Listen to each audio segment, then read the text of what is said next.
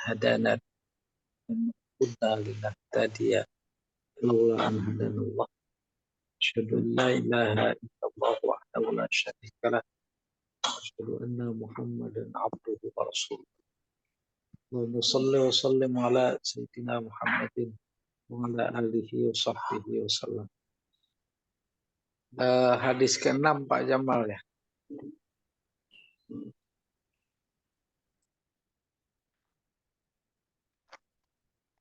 Betul ke-6. Iya, wa'an rojulin, dari seseorang, sahiban Nabi, ya sahabat Nabi sallallahu alaihi wasallam, qala, si orang itu berkata, naha Rasulullah sallallahu alaihi wasallam an tagtasilal mar'atu bifadlir rajul awir rajuli bifadlil mar'ah waliyaghtarifa jami'an. Akhrajahu Abu Dawud wa Nasa'i wa isnaduhu sahih. Ini masih terkait air. Cerita tentang air, maka cerita tentang batasan. Batasannya dari segi ukuran. Yang kita kenal 2 kulah, ya bukan begitu. Yang kita kenal batasan sedikit sama banyak. Kalau sedikit, kurang dari 2 kulah. 2 kulah itu lebar kolamnya, bejananya 1 hasta, panjangnya 1 hasta, dalamnya 1 hasta. Kalau punya kolam 1 hasta agak ragu ya. Katakan 1 meter, 1 kali 1. Itu batas minimal air banyak menurut fikih yang disebut dengan 2 kulah.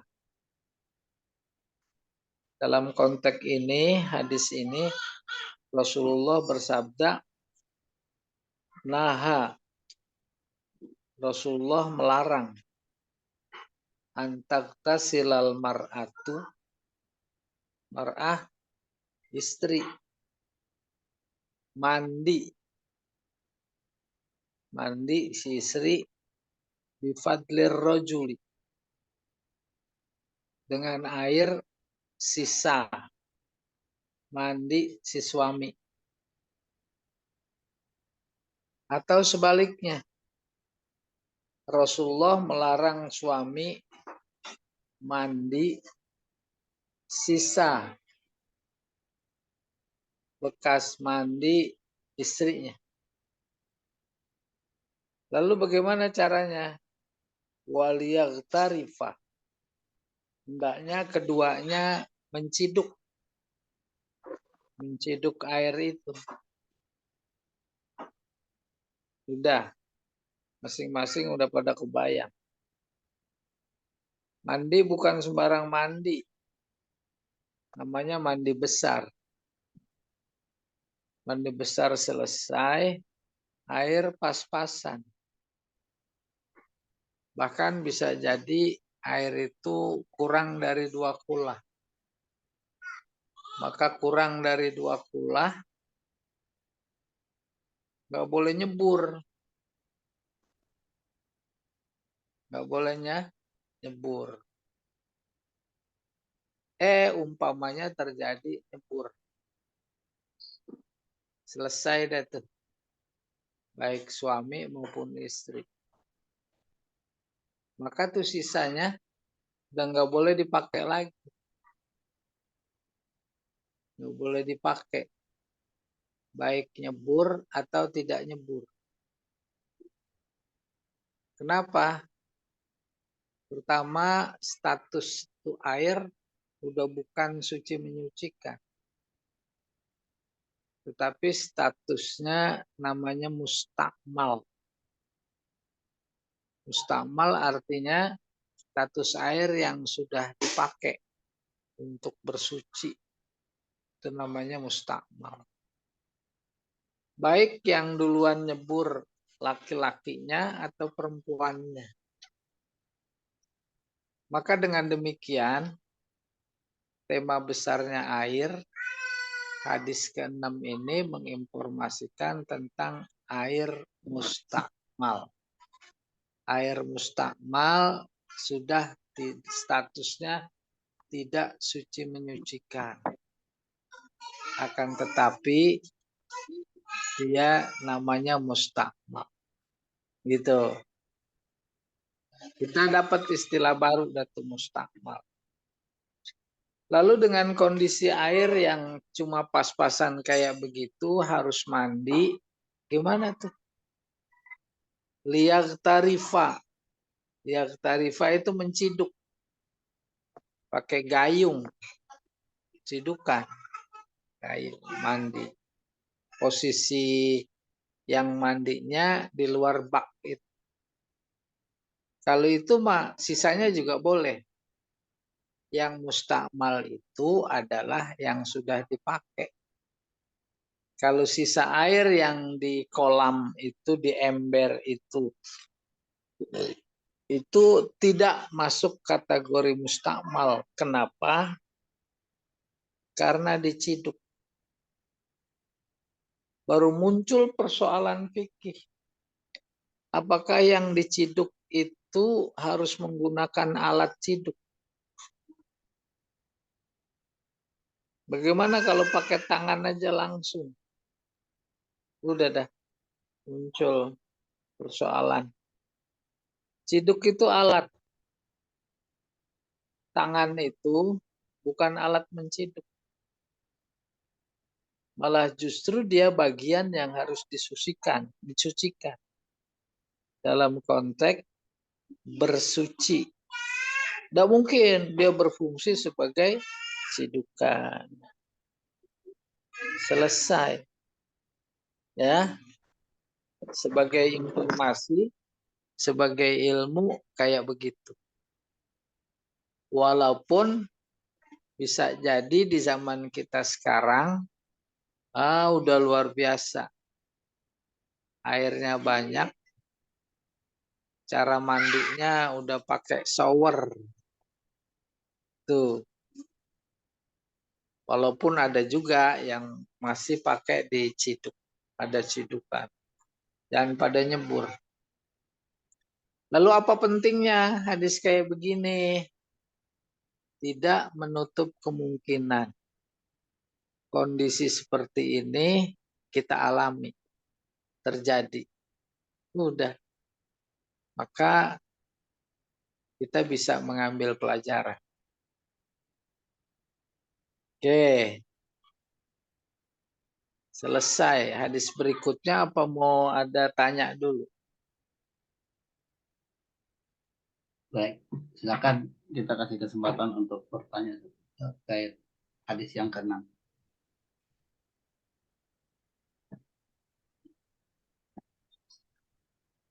Baik, Bu Mira, yang lain Pak Edi. Saya Pak Ustadz. Silakan Bu. Karena air tadi di ember, terus kemudian kita mandi, terus terciprat sedikit atau terciprat kita tidak tahu. Apakah air itu menjadi mustakmal? Oh, bagus sekali pertanyaan ini. Fikih yang apik maka menjadi harus diantisipasi sebelumnya. Sebab kalau tidak diantisipasi maka terjadi seperti apa yang ditanyakan. Ya. Oleh karena itu bagaimana antisipasinya? Posisi ember lebih tinggi dari badan kita. Tinggi atau rendah sejauh mana relatif. Tetapi substansinya agar percikan air yang sudah dipakai mengguyur badan kita tidak jatuh lagi ke ember. Nah, itu namanya sikap apik. Apik itu bahasa Arabnya afif. Dia menjaga apapun yang membuat menjadi kita ragu menggunakan air. Kalau terjadi, maka air itu jadi mustakmal. Karena sedikit airnya. Kalau airnya banyak, nggak apa-apa. Hal itu sering kita jumpai ketika orang memandikan jenazah pakai cidukan. Ya, maka mereka yang paham itu ember air lebih tinggi dari jenazah diletakkan.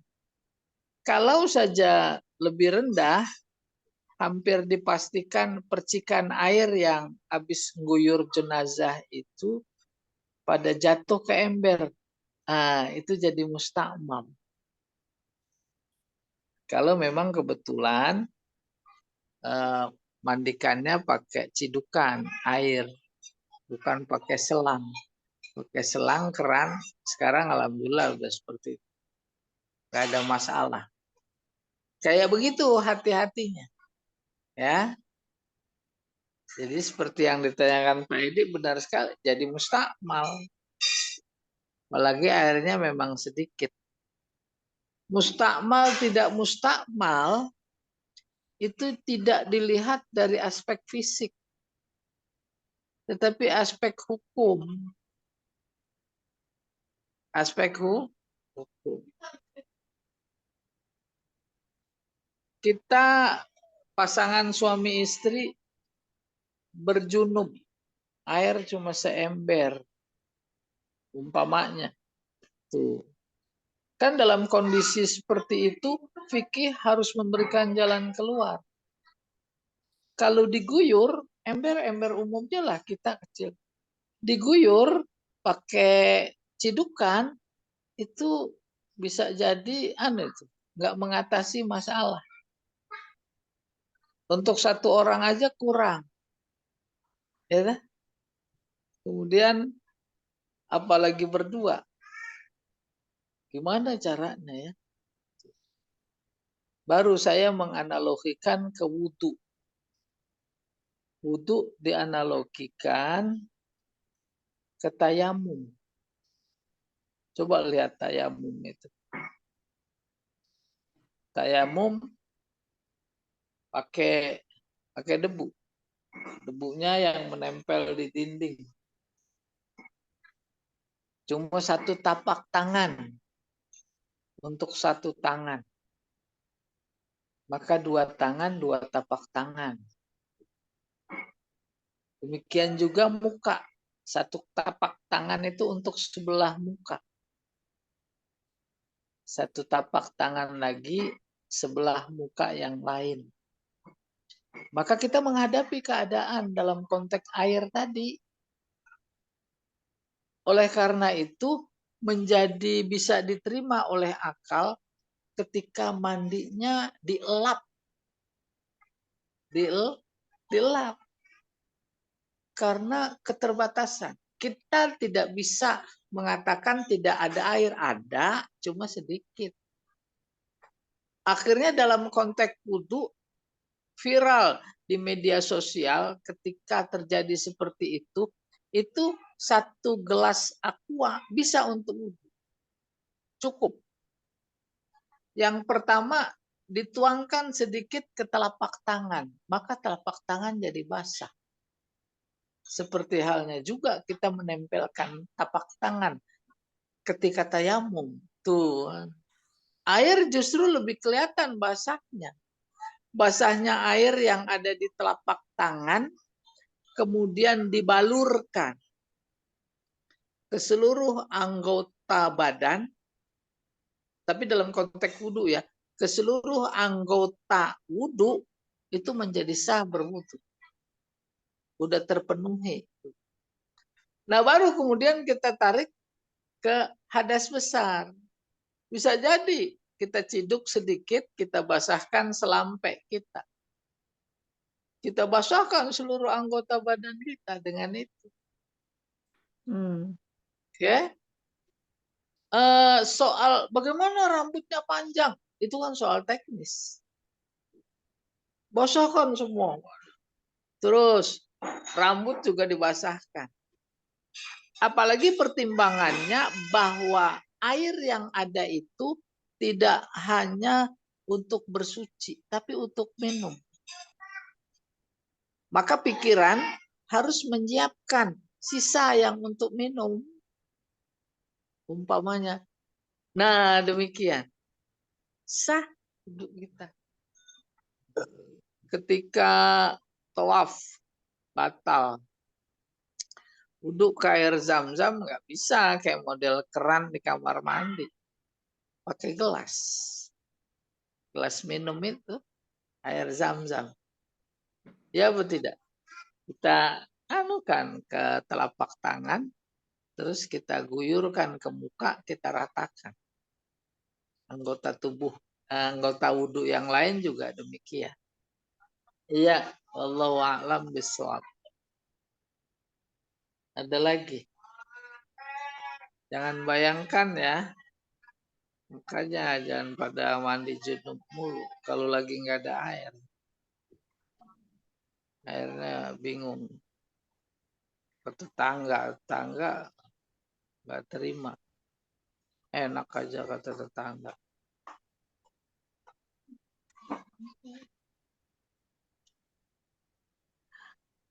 Oke, ada lagi yang tanya? Iya, ada Ustaz. Lanjut ke hadis berikutnya. Kita terus. Ya, saya Ya. benar. Ready. Silakan. Nah, cukup. Itu Ustaz, Baik. saya sih. Mengenai air sedikit tadi itu, Ya. untuk mandi nggak cukup, jadi wudhu aja nggak jadi mandi junub dong. Enggak, saya nggak bilang gitu. Iya, maksudnya saya nanya. Kan Ya. bisa neranginnya wudhunya kan? Junub. Junub. Iya, tadi air yang sedikit tadi. Ya. Tetap bisa junub. Bisa junub. Ya selampe. Kan airnya nggak cukup.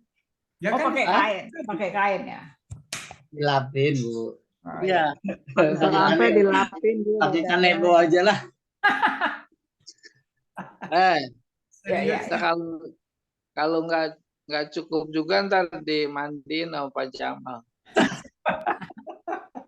Dilapin maksudnya. Dilapin sama Pak Jamal. Maunya Pak Jamal.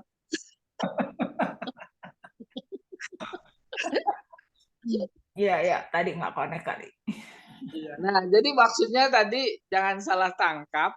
Saya mencontohkannya seperti kita ngelap saat wudhu.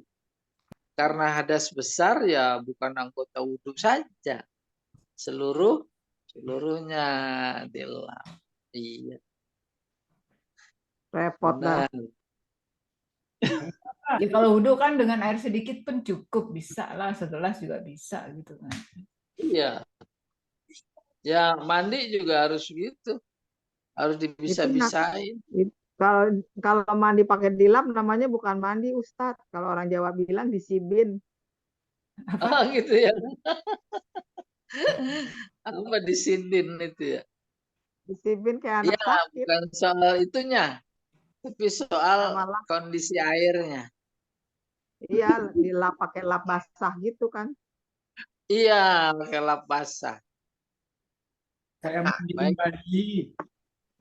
Ya. Kata Pak Jamal benar itu pakai kanebo. Iya. Ya.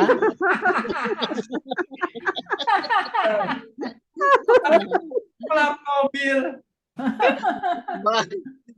Maksudnya kata Pak Jamal itu udah dari sekarang siap-siap kanebo khusus. Masih banyak air. Semangat nih kalau junub. Iya. Bahkan Ketika tidak ada air, maka mandi besar pun menjadi tayamum. Gimana caranya? Anggota wudhunya saja. Cuma dengan Tayamum. niat, iya, dengan niat mandi hadas besar. Paham itu? Ya. Dan memang terjadi di zaman Rasulullah. Nggak ada air. Itu orang pada berantem sama istrinya. Udah selesai, keluar tenda, lah nggak ada air gimana? Ada yang gelintingan, Guling. menggelepar-gelepar di pasir. Ditanya, ngapain? Mandi junub. Oh, bukan begitu caranya. Ya kan? Namanya nggak tahu. Kan di pasir. Nah, kayak itu kucing kan mandi begitu. Nah, kucing. Oh, bukan begitu caranya. Cukup kau basuh anggota wudhu dengan niat hadas besar. Iya. Udah. Iya. Udah, jangan banyak-banyak nanya kalau pikiran lagi di sana gitu. Gimana bersihin anu pakai debu gitu. Nah, udah. Tambah kotor. Iya, nomor 7. Wa an Ibni Abbas radhiyallahu taala anhuma. Dari Ibnu Abbas, anna Nabi sallallahu alaihi wasallam kana yaktasilu bi fadli Maimunah. Rasulullah dulu pernah mandi, kata Ibnu Abbas, menggunakan air sisa yang dipakai oleh si Maimunah. Maimunah istrinya. Istrinya yang dinikahi saat berihram. Paham itu? Padahal lagi berihram, nggak boleh nikah. Iya. Ya, nggak boleh nikah. Akhirnya harus dipahami hadisnya secara proporsional. Hadisnya berbunyi, nakaha Rasulullah SAW Maimunah wa huwa muhrim. Rasulullah menikahi Maimunah wa huwa pada saat ihram. Maka muhrim maknanya banyak. Pertama, maknanya sedang berihram. Itu tidak mungkin dipahami begitu, sebab itu haram nikah. Oh, oleh karena itu, sedang berada di tanah haram. Tidak dalam keadaan ihram. Kayak Maimunah radhiyallahu taala anha, akhrajahu Muslim. Ini hadis memberikan informasi bahwa Nabi mandi sisa air. Memberikan informasi hubungan dengan hadis pertama tadi, itu tidak dengan cebur, tidak, tapi dengan cidukan. Sisanya menunjukkan boleh dipakai. Cidukan lagi.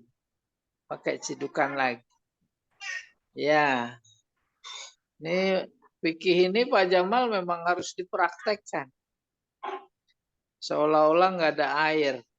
Udah dah mandi di ember. Embernya ditaruh tempat tinggi. Iya. Berikutnya ini.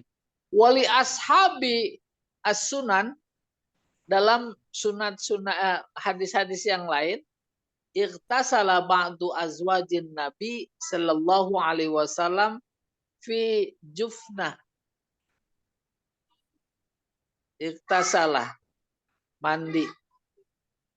Ba'du, sebagian istri-istri Nabi, fi jufnah. Nah, Pak Jamal, jufnah ini cidukan kalau tidak salah, boleh. Pak Jamal ada kesempatan cari makna jufnah. Saya di HP susah. Faja'an Nabi sallallahu alaihi wasallam. Kemudian datang Nabi. Liyaktasila minha. Mau mandi sebagian dari sisa air yang di jufnah tadi. Faqalat lahu. Itu si istri bilang, inni kuntu junuban. Tadi aku junub. Maksudnya mandi hadas besar. Faqala innal ma la yajnubu. Maka kemudian Nabi bersabda, sesungguhnya air itu tidak bisa dipakai mandi junub. Wasahahal Turmuzi wabnu Khuzaimah. Ini kunci memahaminya pada jufnah. Saya lupa-lupa ingat jufnah itu. Jufna itu mangkok, Dad. Mangkok besar. Mangkok, iya. Itu air sedikit. Ya. Dayung Kita lah kalau ulangi. bahasa kita mungkin. Mangkok Baskom ya. bukan? Mangkok, Baskom lah itu. kom. Iya. Iya, mangkok. Mangkok itu dalam konteks makan. Kalau dalam konteks mandi yang gedean mangkoknya. Ember. Paham itu? Kayak begitu makna dimodifikasi oleh situasi kondisi. Siakul kalam namanya. Sementara istri-istri Nabi mandi iktasala fi jufnah di baskom. Faja'an Nabi sallallahu alaihi wasallam. Terus Nabi datang. Liyagtasila minha. Min sebagian. Nabi datang maksudnya untuk mandi menggunakan air sisa dari si istrinya. Faqalat. Kemudian si istrinya berkata kepada Nabi, inni kuntu junuban. Aku tadi habis mandi junub, pakai mandi junub tadi. Faqala innal ma la yajnubu. Sesungguhnya air itu airnya ya, bukan orangnya. Airnya itu tidak membuat dia punya janabah. Maksudnya? Yang punya janabah itu kan orangnya. Iya. Berarti airnya Iya. boleh dipakai gitu. Boleh dipakai, maksudnya begitu. Kalau diartikan tadi innal ma la yajnubu, air itu tidak junub, gitu. Jadi artinya boleh dipakai bisa pakai sisanya. gitu. Iya. Iya. Ini di bawah garis nih penjelasan yang kemarin. Coba naik ke atas sedikit, Pak.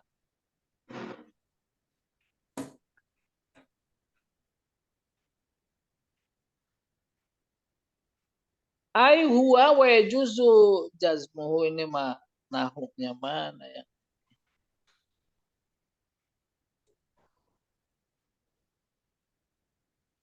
Atfan ala maudhi'in nahyi wa yajuzu nasbuhu bitakdiri an wali muslim minhu.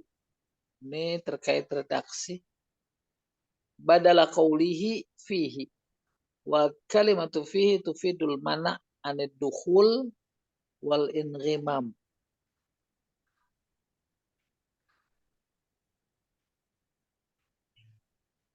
Keterangan yang di sebelumnya, Ustaz. Iya, keterangan yang ada nomor catatan kaki tadi di atas. Enggak, bukan sebelumnya. Sebelumnya malah ya. Ya, sebelumnya. Iya. Yang baris pertama. Iya, nggak apa-apa, udah biarin. Ada mau tanya? Insya Allah nggak ada. Udah jelas. Hubungannya dengan konsep air suci menyucikan. Ya. Dasarnya hadis yang pernah kita baca, air selama tidak kejatuhan najis, maka dia suci menyucikan.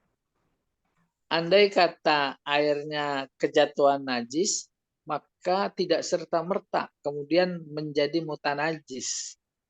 Tapi dilihat ada perubahan apa tidak pada tiga sifatnya.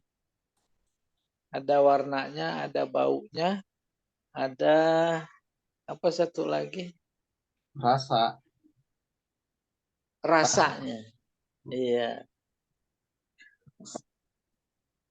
air selama tidak kejatuhan najis tetap suci. Tapi tadi air Iya, kejatuhan ketika mandi jadi tidak mensucikan. benar. Tidak mensucikan karena statusnya bukan tohur Air lagi, tapi mustakmal. Maka air ada 3 macam. Itu Malah kan yang 4. ikut nyembur ya. Ya. Pertama, air tohur, suci menyucikan. Kedua, mustakmal, yang sudah dipakai. Yang ketiga, mutanajis, sudah kena najis. Yang keempat, siapa tahu? Air musammas, air yang terjemur matahari. Itu makruh pakai terjemur matahari. Terjemur dimaksud, iya, terjemur langsung, bukan pakai alat. Apa itu? Maksudnya, Sawah. kalau Orang air, zaman dulu. kalau kan suka itu ada Ustadz yang sengaja diisi ember diisi air dijemur matahari supaya nanti kalau digunakan jadi anget. Itu maksudnya. Lah kalau dipakai bersuci, Oh, ya cuma cuci kaki doang mah, kan bukan bersuci, apalagi berendam. maksudnya berwudu nggak boleh juga pakai itu. Iya, nggak boleh. Hukumnya begitu, makruh. Jadi Pak Ustadz, kalau air yang lewat water heater juga nggak boleh dipakai dong? Itu kan pakai alat ya, Ya, nggak langsung. nggak langsung. Iya, nggak Lewat ke water heater. Water heater kita Iya, pakai. Nggak boleh. itu pakai alat, itu boleh itu. Oh, boleh. Dalam konteks klasik, air musammas kejemur matahari langsung. Umpamanya di sawah. Air Sawah kan tergenang gitu. air. Dan itu sampai panas. Bukan cuma hangat. Pak, panas. Nah, itu yang menimbulkan penyakit. Karena panasnya oleh matahari, maka disebut musammas. Namun biasa perdebatan para ulama fikih, enggak apa-apa, satu bilang jangan, berbahaya. Yang berpegang teguh kepada redaksi hadis itu air namanya musammas, tidak boleh dipakai, makruh, ya dia tetap berpegang pada itu. Cuma Musammas hadis ya. tidak menjelaskan batasan panasnya itu berapa derajat. Yang terjadi betapa panas pun cuaca di Indonesia, enggak seperti air yang model dimasak, mendidih, enggak. Jadi secara teori, seolah air musammas yang dimaksud tidak boleh dipakai itu hampir tidak dijumpai. Berbeda dengan dingin. Dingin itu ada yang dingin sekali. Ya, ada yang dingin sekali. Kalau dengan sebab dingin sekali membuat orang yang kurang sehat menjadi tambah tidak sehat, itu pun dilarang. Musammas juga. Dilarang, ya. Oleh karena itu, yang intinya ditangkap air musammas tak boleh dipakai wudhu jika lebih cenderung membahayakan. Kalau tidak, tidak. Kalau ada panas sekali, udah jangan dipakai bersuci. Itu mah pakai buat bikin kopi. Boleh Ya, buat bikin kopi, Ustaz. boleh. Oh, kenapa? Oh, kenapa? Kan substansinya panas, Bu. Panas. Siapa bilang nggak boleh bikin kopi? Yang nggak boleh itu dipakai. Jangankan bersuci, mandi juga kalau berbahaya. Nggak kuat. Iya. Ada permasalahan Pak Ustadz nih. Iya, iya. Kebetulan di Indonesia ini banyak orang naruh air di toren di atas genteng. Iya. Dia kena panas matahari Panas. sehingga memang keluarnya jadi panas, Pak Ustadz. Apa itu Iya. Ustadz Mas? Tidak. Karena terhalang oleh toren. Oh. Ya. Jadi Tapi kan bahasanya tidak langsung. faktor panasnya tadi, Pak Ustadz, bukan? Ya. Bukan faktor Kan panas. panasnya enggak sampai panas yang membahayakan. Enggak sampai panas dalam artian kayak model kita bikin kopi. Sama di rumah saya panas bukan karena torennya, tetapi air yang mengendap di pipa. Pipa, ya. Pipanya kan mungkin itu lewat Kepanasan apa? pipanya. Lewat plafon itu ketika dibuka pertama kali panas. Panas. Tapi enggak Iya, sepanas betul. yang apa? Panas. Tapi kemudian udah paling 1 menit berikutnya kan Iya, betul. airnya air baru lagi yang ada dari toren. Enggak masalah. Iya. Oke, Pak Ustadz. Udah siapin kopinya. Kalau memang Iya, tapi kan nggak mendidih itu Ustadz, nggak mateng. ya tunggu sampai mendidih. Diambil Masukin terus ke kompor lagi. iya. Itu pinter ya. Supaya artinya kita bisa mengukur kadar panas membahayakan apa tidak. Gitu. Ya, Ustadz.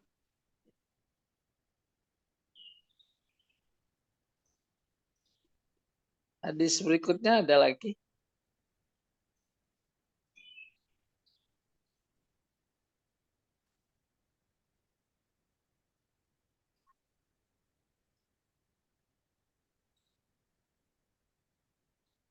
Nah, ini 8 nih. Jilat anjing.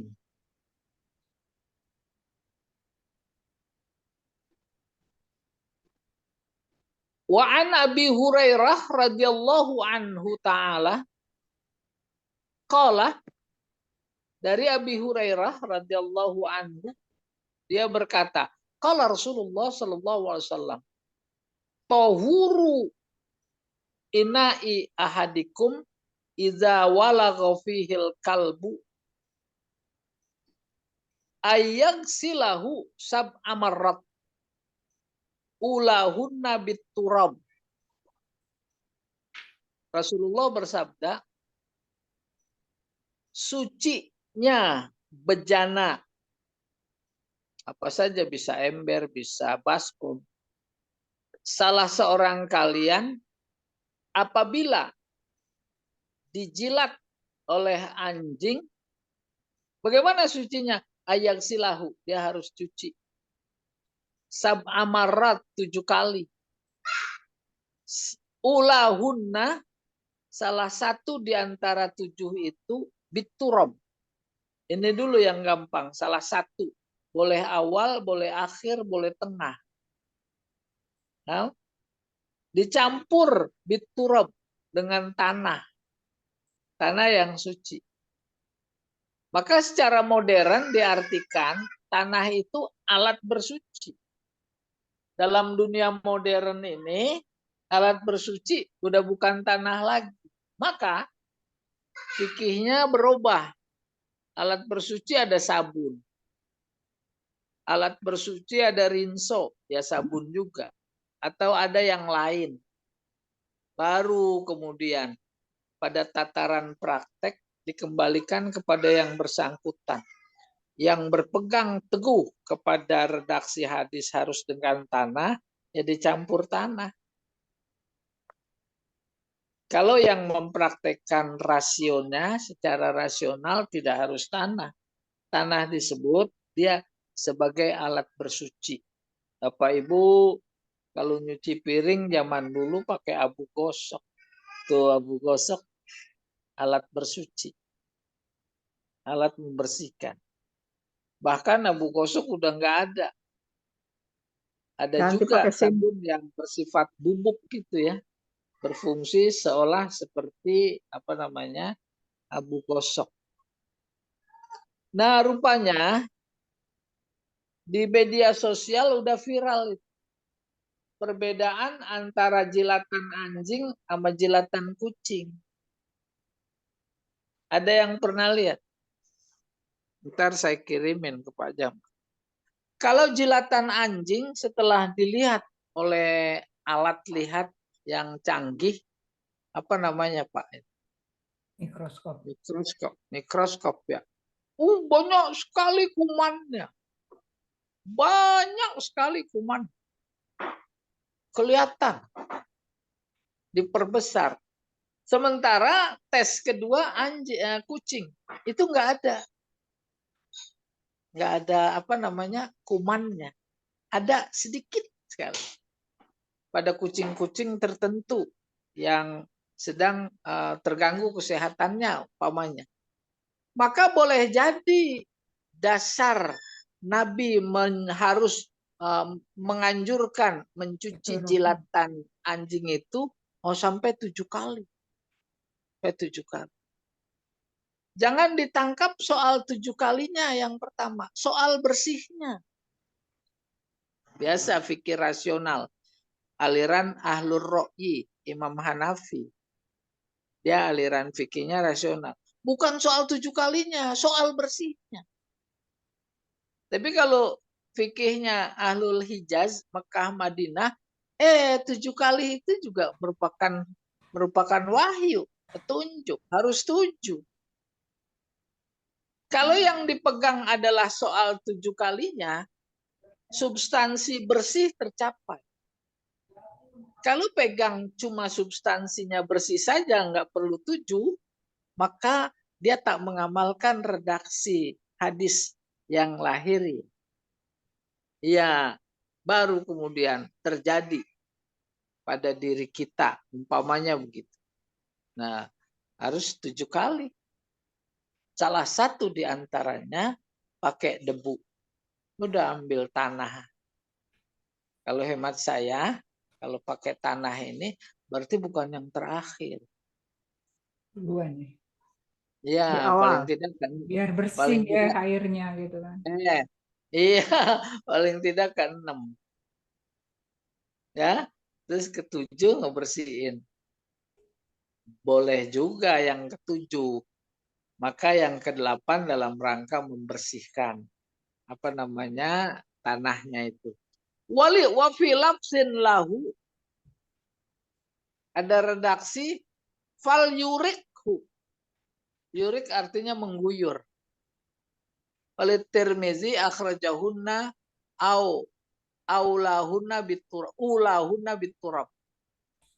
Menurut Imam Tirmizi justru yang pertama basuhan cucian itu biturab, dicampur dengan tanah.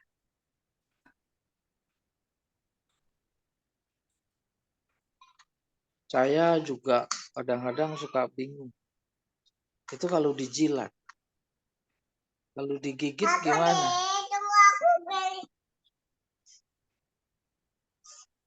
Gimana kalau Digigit digigit? rabies tuh.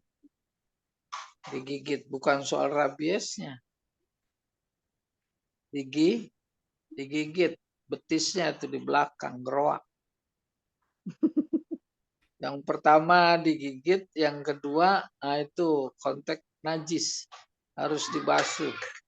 Gimana itu? Ada pendapat nggak? Dibasuh dulu baru kasih obat merah. Ya, sekarang kalau digigit luka harus dijahit gimana tuh? Nah, iya. Jadi apa ya? Kaidah usul fikihnya yang lebih utama, lebih penting yang harus didahulukan, sembuhkan dulu. Iya, selamatkan dulu dong. Benar, sembuhkan dulu. Berarti habis dijahit sembuh baru dicuci 7 kali gitu. Iya, masa lagi sakit geroak itu berdarah-darah Iya, terus betul. dicuci pakai abu. Terus dia nggak sholat dong? Hah? Dia nggak sholat dong. Siapa bilang? Ya kan masih ada najis nempel. Belum Lah, bersihin. iya kalau nggak kan darurat, babi aja boleh dimakan. Jadi sholat tetap jalan gitu. Jalan sholat mah, apalagi kalau naik mobil. Enggak, maksudnya dalam keadaan habis digigit anjing itu kan Benar, harusnya maka di dibersihkan situ dulu. posisinya posisi darurat. Posisi darurat. Darurat. Gitu Bu, ya darurat. Iya. Ini apa? Nah ini nih. Penjelasannya di bawah. Babul if'al ay la yatanajjasu biqtisalil junubi minal ina alladzi fihil ma. Jadi agak kurang nyambung Pak Jamal karena kita nggak pakai buku ini ya. Harus melihat konteksnya. Babul if'al. Apa maksudnya? Saya nggak nyambung itu. Yang 8-nya di bawahnya, Ustaz. Wal hadis itu kali ya. Enggak, kauluhu itu yang ke-8, bukan? Cara yang 8, Ustaz. Yang tadi Iya. masih 7 kali ya. Yang 7. Enggak, tadi kan Oh, ada iya. 8. Waktu ya, yang 8 ya. Kauluhu. Kauluhu tohur. Iya. Bidomit tuhur. Bidomit masdar. Mubtada mudhaf ila qaulihi ina. Tuhuru. Wa huwa zaraf.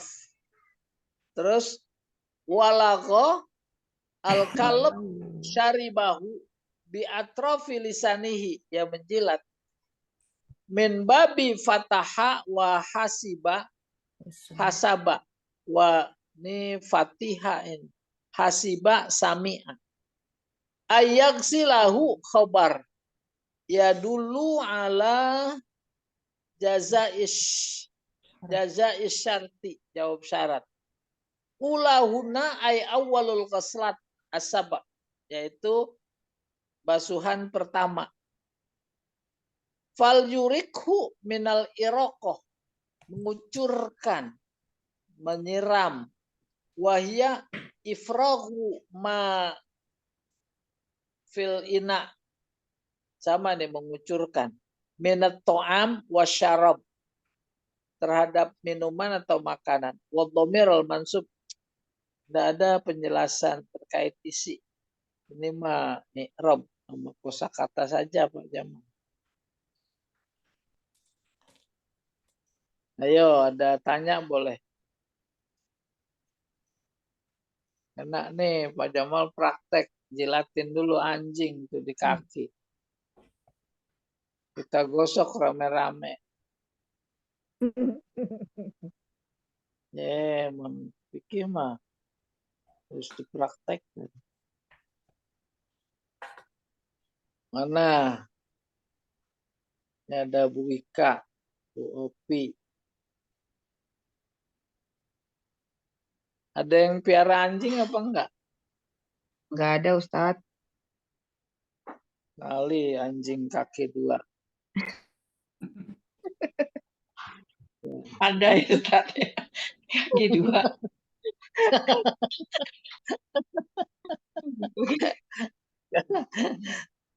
Kan kalau marah itu anjing kaki 2 kamu. Ya. Di dalam Al-Quran ada itu berburu pakai anjing. Ya tidak? Iya. Dengan syarat anjingnya mukallibin. Mukallibin udah dilatih.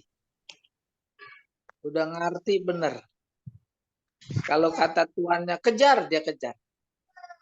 Kalau kata tuannya stop, jangan. Yang ngerti. Nah itu kan dipakai tuh anjing apa itu polisi umpamanya. Sehingga ketika berburu melepas anjingnya yang berburu itu sehingga halal dimakan, nanti pakai bismillah. Bismillahirrahmanirrahim. Tangkap buruan, kena. Maka gigitannya umpamanya di paha itu ditangkap, terus dikorek. Potong, korek, dibuang. Ya.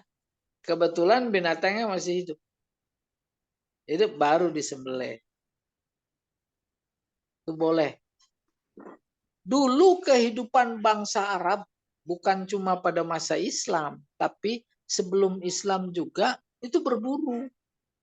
Berburu menggunakan binatang buruan, maka di Al-Quran ada. Sehingga dalam konteks haji bukan persoalan teknis berburunya.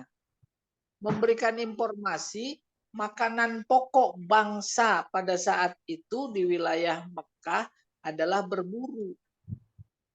Oleh karena itulah saat berpakaian ihram dilarang berburu. Ihram adalah haji.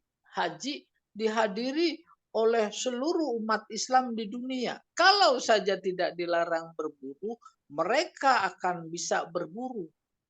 Kalau nggak dilarang, haram malah. Dan kalau mereka berburu, penduduk setempat kehabisan bahan makanan. Udah, orang yang ihram, terus dilarang berburu. Tuh. Nanti kalau sudah tahallul, andai kata masih ada yang mau berburu, pada saat itu berburu dalam artian harfiah, yaitu berburu binatang. Wa idza halaltum fastodu. Kalau sudah tahallul, baru boleh berburu. Gitu, boleh berburu. Nah, sekarang juga kita berburu, cuma bukan binatang. Berburunya berburu oleh-oleh. Penuh. Pasar itu penuh. Ada yang Pak Jamal baru habis umroh, dia juga berburu juga. Ya tidak? Jadi demikian. Berkaitan dengan binatang, khususnya jilatan anjing. Kesan hukum Islam buat orang Islam terhadap anjing itu menjadi bagian sikap yang amat sangat nyata di masyarakat terhadap anjing. Bawaannya jijik aja. Iya, betul. Betul. Aduh, ini di komplek nih ada yang piara anjing, susah kita bersikap. Mau dibikin aturan nggak boleh, udah pasti ditolak. Akhirnya memicu keributan. Udahlah biarin aja. Yang penting kita bisa menjaga diri. Akhirnya sebab di komplek ini pernah terjadi keributan terkait dengan anjing. Ya, kita ini hidup di negara macam-macam beralasan. Belum lagi buang kotorannya. Nah, itu Ustaz tuh. Aduh, Masalah. seenaknya. Iya. Saya pernah menegur itu tetangga. Nggak semudah seperti yang dibayangkan. Ini bukan anjing saya. Saya kenal tai anjing saya dibilang gitu. Ada susah dah. Iya, petainya juga dia kenal. Bukan ini. Anjing saya, dia bilang tainya bagus. Dia bilang. Allah kuat. Udah. Soalnya injak ke kendaraan, kendaraannya masuk ke rumah. Nah, itu tuh benar. Ya.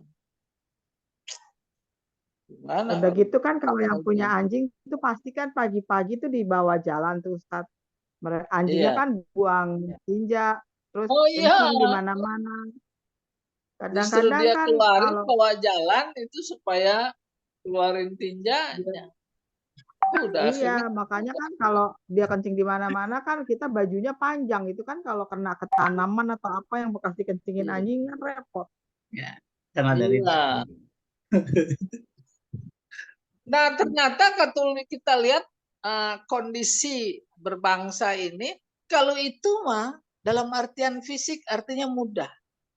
Tetapi kita sebagai umat mengalami. Ada yang bilang itu orang azan kayak gonggongan. Anjing. Anjing. Parah apa enggak itu? Parah. Azan jangan kencang-kencang. Itu kayak gonggongan anjing dia bilang. La haula wala quwata. Iya, udah temanya anjing ya. Pak Jamal ini. Ada lagi yang tanya? Nih, Ya, silakan Bu Tati.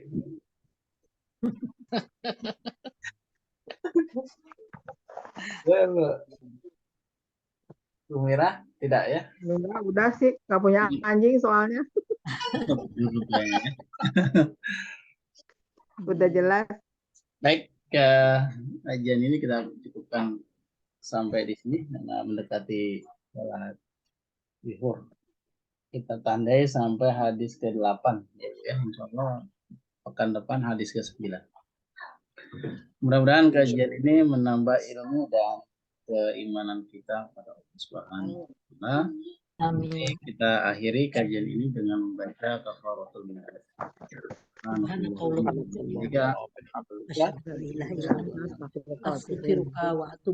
Assalamualaikum warahmatullahi wabarakatuh. Waalaikumsalam.